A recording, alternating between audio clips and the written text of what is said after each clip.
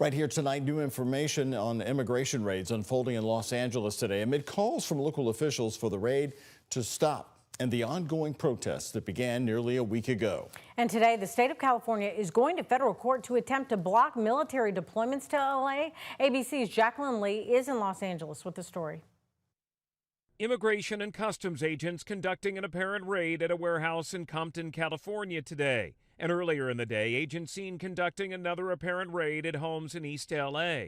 Members of the California National Guard seen creating a wall to block off the area. We're going to be out there every day conducting our law enforcement mission. While Department of Homeland Security Secretary Kristi Noem was speaking at a press conference in Los Angeles, the fact of the matter is, Senator Alex Padilla tried to interrupt and was quickly grabbed by officers and forcibly removed from the room. It appeared he was trying to bring up the arrests of people in raids who have no criminal records. That wasn't appropriate. That if you wanted to have a civil discussion, especially as a leader, a public official, that you would reach out and try to have a conversation. if this is how the Department of Homeland Security responds to a senator with a question, you can only imagine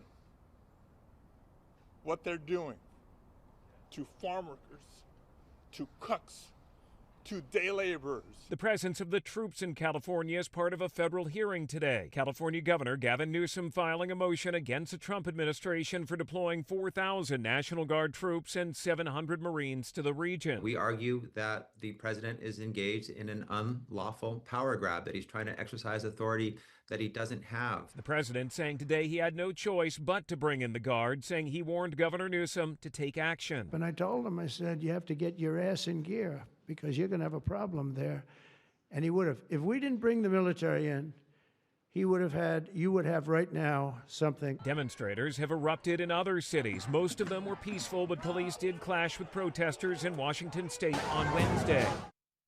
The LAPD is saying it's made almost 500 arrests since last Saturday. An overnight curfew has lessened the violence.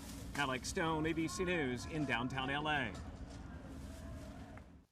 This all ahead of the planned protests over the weekend to counter President Donald Trump's military parade. Now, organizers are calling them No Kings demonstrations.